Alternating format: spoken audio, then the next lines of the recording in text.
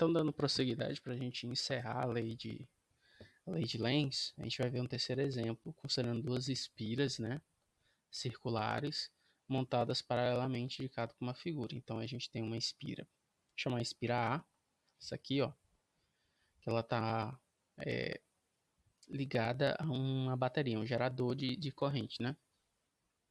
E a gente tem outra espira, só que ela está ligada a um galvômetro. O galvômetro é aquele aparelhozinho que mede corrente elétrica, tá? Então vamos imaginar que a gente fecha a chave da espira 1, né? Chamei de espira A, mas não é adequada, porque já tem aqui espira 1 e 2, né? Fecha-se a chave, então é claro que vai surgir uma corrente na espira 1, né? Que bruscamente introduz um campo indutor. Tem uma corrente de movimento na espira, então vai gerar um campo magnético, né? Em outras palavras, esse movimento da espira 2, aliás, colocando aqui em miúdos, né? Quando eu ligar aqui a chave, vai gerar um campo na 1, e esse campo vai servir como se fosse um ímã se aproximando da 2. Então vai gerar também um campo na 2. Em outras palavras, nesse movimento da espira 2, percebe-se uma variação de fluxo que inicialmente era zero e de repente cresceu. Surge então na espira 2 uma corrente induzida que gera um fluxo induzido contrário ao fluxo que cresceu. Essa corrente é detectada pelo salto do ponteiro do galvômetro. Olha só que interessante. A corrente, inicialmente, ela apresenta-se aqui. Eu vou até riscar. Vamos dizer que aqui surge uma corrente I, tá? Por causa da bateria. Então, vamos dizer que ela tem esse sentido aqui, ó.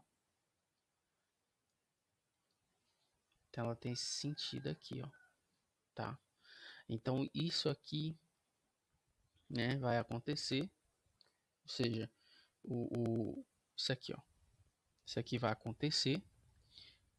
Vai ligar a chave, né?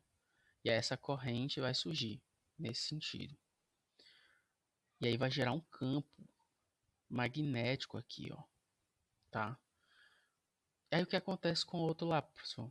Bem, o outro lá, essa aqui, ó, a 2, vai surgir com a aproximação aqui da 1, né? Uma corrente. Não, primeiramente, né, a gente sabe que vai surgir um campo B', se aqui tem um campo B, aqui vai surgir um campo B' e uma corrente de sentido contrário, tá? E o galvômetro, ele vai sim detectar essa corrente, tá? Então, a corrente que o galvômetro detecta não é esse cara, é desse cara aqui, tá? Ó, só lendo de novo essa parte, ó. Surge então na espira 2 uma corrente induzida que gera um fluxo induzido contrário ao fluxo indutor que cresceu. Então, esse cara aqui no sentido anti-horário e esse cara aqui, ó, esse cara aqui é no sentido anti-horário e esse cara aqui vai ser no sentido horário. Se fosse o contrário, né? Então seria respectivamente o contrário. Aqui seria anti-horário e aqui seria horário. Esta corrente é detectada pelo saldo ponteiro do galvômetro. Ok. Um lapso de tempo após o fechamento da corrente, a corrente induzida volta a valer zero. Isto ocorre porque a corrente da espira 1 assume um valor constante. E mesmo ocorrendo o fluxo do indutor, assim não haverá mais uma variação ΔΦ do fluxo indutor. A corrente induzida também deixa de existir e o ponteiro do galvão volta a marcar zero. Então, se essa corrente aqui deixa de existir, essa aqui também. Abrindo-se a chave, cessa a corrente 1. Novamente, a espira 2 percebe uma variação ΔΦ do fluxo indutor, que não era nulo, e de repente diminuiu para zero.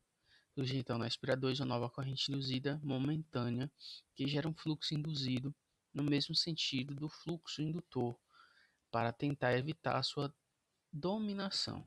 essa corrente também é detectada por um salto do ponteiro do galvômetro.